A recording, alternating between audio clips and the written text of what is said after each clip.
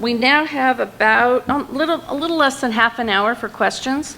If you were listening this morning, had enough caffeine, and are following directions and wrote a question on a card, please raise it and we will collect them.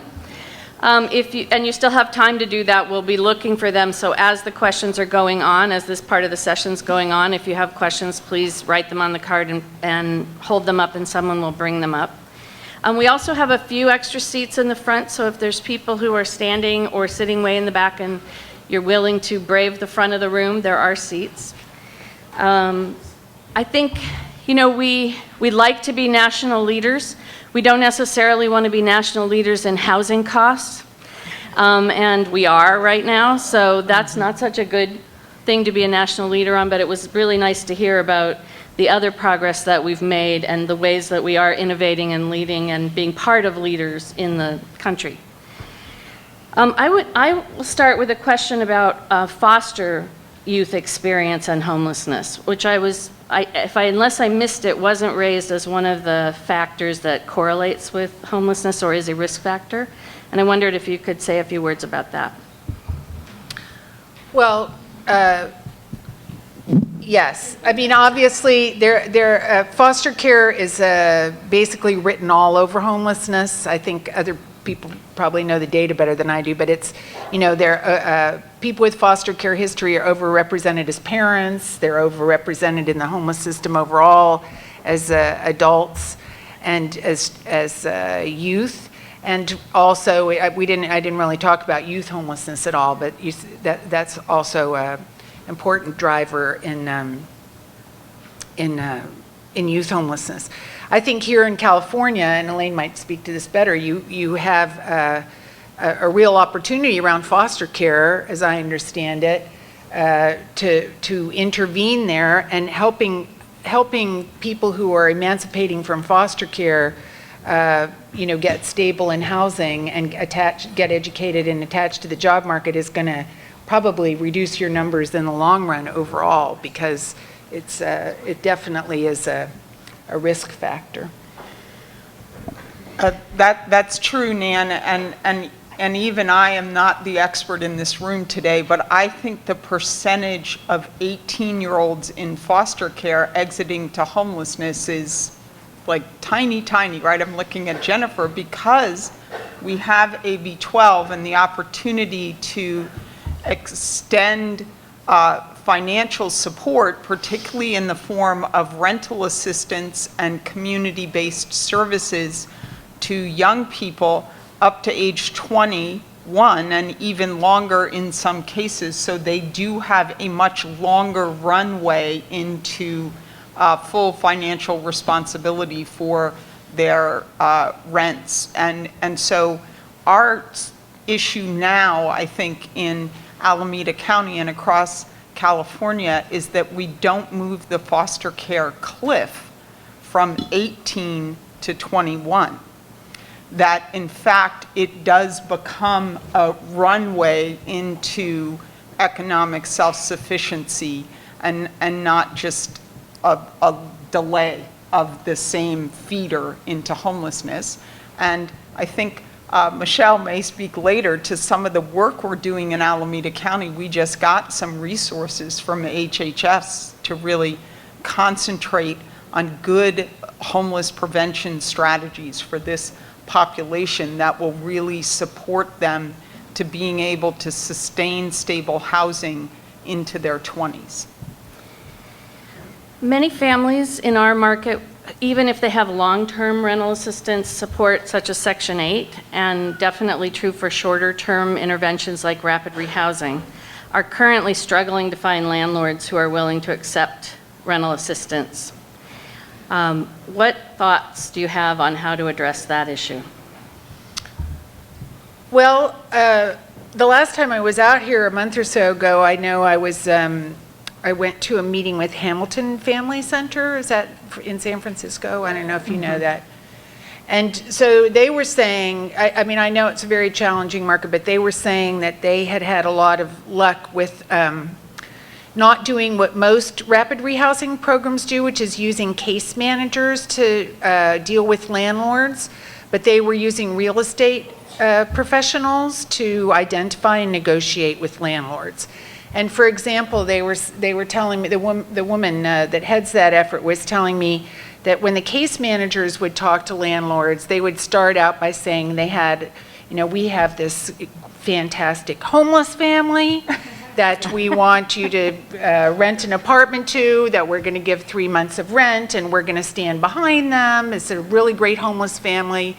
And the real estate people never say anything about the families being homeless. They present that they're pre-screening the families, that they're going to be supporting them, they're going to give them rent, and they make a proposition that's more attractive to landlords based on what the assets that they're bringing to the table, which is their screening.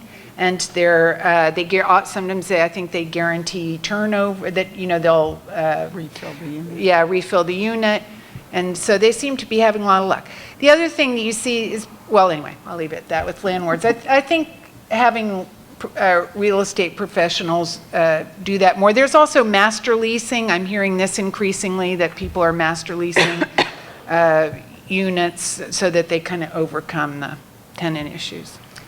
So funny you should use that example, because in the room here we have Dr. Robert Ratner, who is lobbying that we change the job title of the folks that locate housing to, what's the proposal, Robert? It's real estate acquisition professionals or something like that. Oh, you're still changing it, but it has the word real estate in it, so it's sort of the same thing, is connecting to landlords. But I will note that San Francisco has higher FMRs, fair market rents, than Alameda County. So one of the ways that San Francisco is being successful is using Alameda County landlords. Yeah. So Well, they are. I mean, I think Yeah. there are lots of others, people are doing sharing. I think sharing is, I don't know how you all feel about it, but most people I know when they were younger had to share housing in order to afford it. And that was, when housing was cheaper. And so I think that's something we should be looking at. That doesn't have to do with the landlords. That's not necessarily an asset to a landlord, but yeah, I think there are examples where it's working. Can you hear me? In the situations where a real estate agent is talking to the landlords for homeless families, who pays them? How are they paid? Well, in this particular, they're staff. Okay. They're just people who have real estate experience, as opposed to, although I have, I don't know if anyone's done this, or to be honest, I can't recall if someone was telling me this week whether they proposed to do it or they were doing it, but they were talking about just the organization paying realtors a fee for finding units. That would seem to be expensive, though, yeah. This question is for Elaine. What factors contribute to lower numbers in the homeless count each year? Is it possible that at least some of these people have moved out of the city or the county but are still homeless? Yes, that is always possible, and I do think I made the remark that San Francisco is using Alameda County and Contra Costa as places to rent because it has a fair market rent that's more attractive to landlords. But we're doing that too. We're renting in Solano and going east to Stockton. So the problem is we're sort of pushing poor people out of the job and transit centers because of the way the rental market is working. And so that may have changed the mobility of homeless people, but San Mateo County did a study of how many people left its system and how many people came into its system from other counties, and the number was about the same. So there's definitely flow across county borders, but I'm not sure it's flow that artificially depresses the number. I guess you'd also want to know if that's changed a lot, because the thing about the point in time is fairly consistent. It's not perfect count, But it's fairly consistent year to year, so I don't know if there would be some reason why you would have seen all of a sudden more people exiting than had been exiting. But that would affect the count. Right, and we have not seen sort of a precipitous drop. We have seen a steady and significant decline over the course of the decade. And we know that while we are in an exceptional housing crisis right now, we've actually been in a housing crisis in this area for decades in terms of affordability at the lowest levels. So Yes. the next question is related to moving among cities in Alameda County when people are transitioning out of homelessness, and what data or information do we have about how people move within the county, both as they become homeless and as they transition out of homelessness? Well, I would say that we don't necessarily have the kind of data that I was sharing where our homeless management information system doesn't necessarily generate a report about the clusters of where people move to, but in general, they're moving to markets that are more affordable. And so that would be Oakland and Hayward, although that's really changing about Oakland, but historically it had been Oakland and kind of mid-unincorporated county. But the travesty in that is that many other parts of the county, the people living on the streets identify as members of that community. They often grew up there, they have relatives and family there, so particularly if you're looking at young adults or people with severe disabilities. And so for them, relocating to a different city 10 miles away is a huge journey that is unappealing and unattractive, doesn't feel safe, and doesn't feel like going home. So we do need to figure out a way where people can be housed in the communities they identify as their communities. These next couple questions are directed to Nan. What do you see, if anything, coming down the pike from the federal government regarding construction of affordable housing? Well, there's the Housing Trust Fund that is supposed to get funded, and I think that's $300 million a year or something. It has potential to increase. Is it more than that? No. I think that's what it is. Yeah, it's a sad amount. Yeah, but it has the potential to increase, and that will definitely help.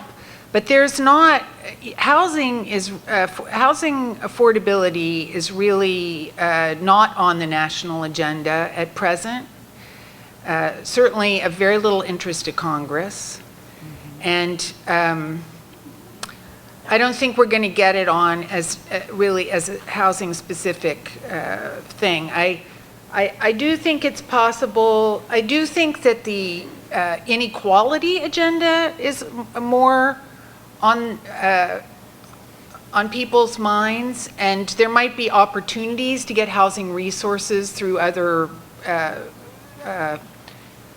doors, and kids and families are always one. So I'm not saying we might not be able to get something done there. I think there might be a possibility of getting vouchers, for example.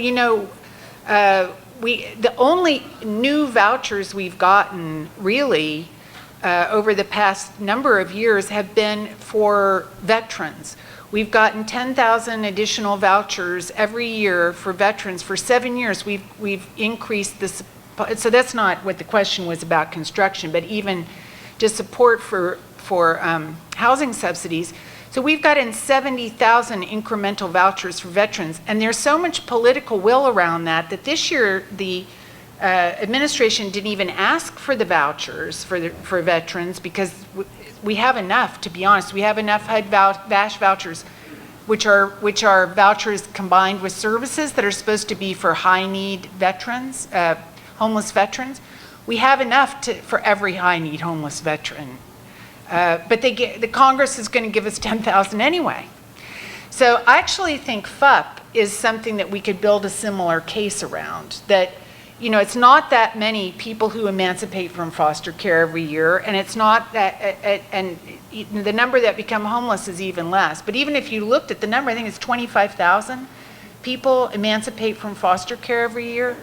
FUP, which is a time-limited voucher, it'd be a relatively inexpensive intervention, and it would probably save a lot of resources up and down the line to give young people that support. So we might be able to get some housing money through a back door, but I don't see a lot of federal appetite, sadly. Michelle, not to put you on the spot, but I'm putting you on the spot. How many people emancipate from foster care in Alameda County every year, typically?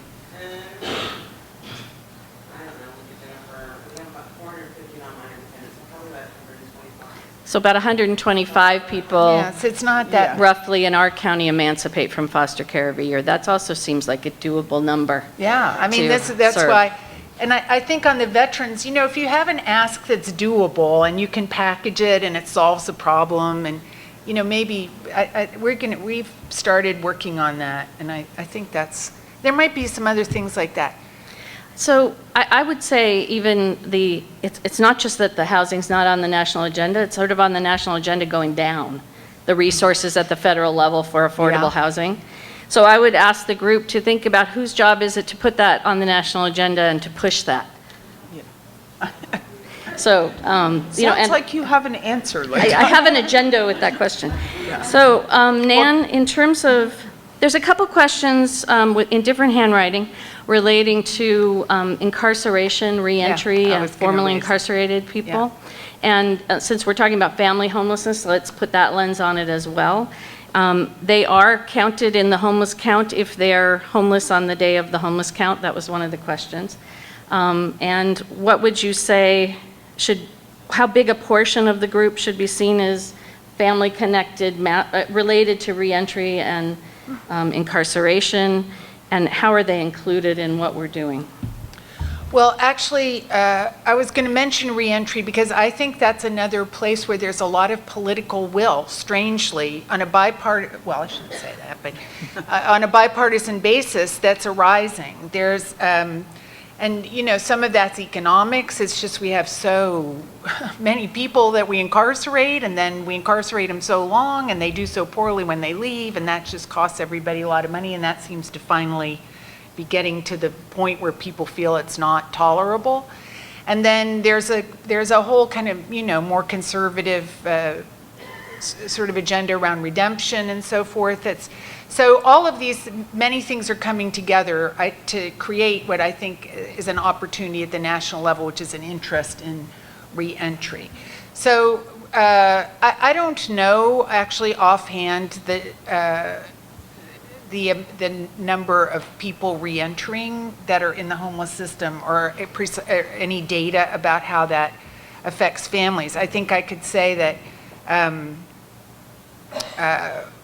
people reentering, I think there's also not a lot of data about their housing, but the most common place they return to is their family, and that usually doesn't last very long. And one of the reasons it doesn't last very long, among many, is that they're not typically a financial asset to a family they return to. They're a financial drain, and also potentially a drain in other ways. So I think, but making them an asset to a family through some kind of subsidy that attaches to housing might keep them housed and also make the whole dynamic in the household work a lot better. But I think we need to get corrections involved, much more involved in the homelessness system. I just was in LA, and they are doing data matching now on homelessness and probation, and they're funding housing programs for people on probation who are homeless As because are we it's in our county. expensive. Yeah. And So I could think talk a these little things, about well, that. that's terrific. And I think these are the kinds of mainstream integration that I think's needed. So for people returning to our county under realignment, criminal justice realignment, about 18% have said they're homeless upon release. We do have a locally funded, through realignment, realignment housing program, and it is a family-oriented program. It can help people reunify with family. It's essentially a rapid rehousing program, but also has emergency support for when someone's immediately released. And as I said, it can support the entire family. It can also provide things like a Safeway gift card for a temporary stay with family so that they're not an added financial burden while we're helping them find more permanent housing. So it's a pretty flexible, locally funded program. We are in a transition period still with realignment where there were more housing resources under the parole system.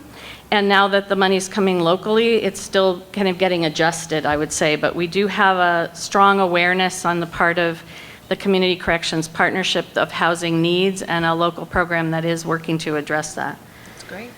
Linda, I wanted to comment actually on your earlier question about how housing is getting viewed in the public arena, and I think it's absolutely right. At the federal level, it's sort of declining, and Nan's suggestion that we look for windows around populations or particular programs and insert housing resources, as we have done with realignment, into those strategies. Those are all good, but I think it's also important for us to hold the vision of housing as a human right. And we in this society have established the right to education up through grade 12. And we are nearly done, or closer than we've ever been, to establishing health care as a right and food as a right. And housing needs to get treated the same way. It is a core human need, and we have to keep advancing the messaging that housing is a human right and a core investment societies need to make in their residents. And then we need to be strategic about how we expand the resource pool for housing, because an across-the-board commitment to housing as a human right is a long way off, but that doesn't mean that we shouldn't continue to articulate that's where we need to end up. So we have time for a couple more questions, and I must say there's a great batch of questions here, so I'm trying to select ones where there's more than one person asking something on it. Have you seen the level of education contribute to the numbers of families in homelessness, and are children receiving educational services while the family is homeless? Well, there is a education, what's the name of it? The Education of Homeless Children and Youth Act is part of the McKinney Act, and there are, I don't know if there's anybody here from the school system or from, so schools are, there is federal funding that goes to school districts, and schools are supposed to provide services and also ensure that children in homeless families can stay in their home school. The reality is that that's just, sorely underfunded. A lot of jurisdictions don't have anybody. I don't know what the situation is here, but they're very under-resourced to accomplish those things. And so, school performance is definitely something that suffers. That's true, but our data does not show that more or less educated families are more likely to end up homeless. The homeless population is actually fairly well educated. A high proportion of them have finished high school. So I'm not sure, I don't know if that was the question, but. I think that was the first part of it, which I didn't answer. Do you know anything about that, Mary Beth? In New York, folks who have not graduated from high school families are a little higher risk than folks who have. And I would imagine that would be true most places. I would too. But it's not overwhelmingly an uneducated population. So in case you couldn't hear that, she said in New York, slightly more of the homeless have not graduated from high school, and I missed the second part. But it's not, as Elaine says, overwhelmingly undereducated population. And nationally, it's not a overwhelmingly undereducated population. I know in our homeless count, we've had people who have master's degrees, who are unsheltered But you would homeless. expect, I guess, that's a little surprising, because you would expect that people with lower educations have lower incomes, and so, Yeah. But I think it's interesting. the same principle, that there are more alcoholics with housing, there are more than not, there are more disabled folks with housing than not, there are more people who don't have a GED Yeah. with housing than not. Right. It's not predictive. Right. But you would, anyway. Interesting. What would be a reasonable next step, and this is probably our last question for this segment, what would be a reasonable next step for a family after rapid rehousing if we're turning beds over faster? Most low-income housing has very long wait lists, and incomes don't rise enough in that time period of 6 months or so to make families eligible for market rate rent. Well, I think the next step for someone that gets into rapid rehousing is usually to get employment or to get some kind of benefits. I mean, people's incomes don't go up whether they, while they're homeless, whether they get rapidly rehoused or go into transitional housing, their incomes don't go up enough to pay for housing. So these, I guess the point is that families that are poor have a hard time paying for housing, and they pay too much for housing, and they use all kinds of strategies to do it, and sometimes they fall out. We get them back in, they'll keep employing those strategies to stay in, and that's what they do after rapid rehousing. It's not a silver bullet that makes all of that go away. It just makes the homelessness part of it go away. And sometimes rapid rehousing, it's assessed in 3-month increments, but can go up to a year or 2 years of support depending on the needs of the household.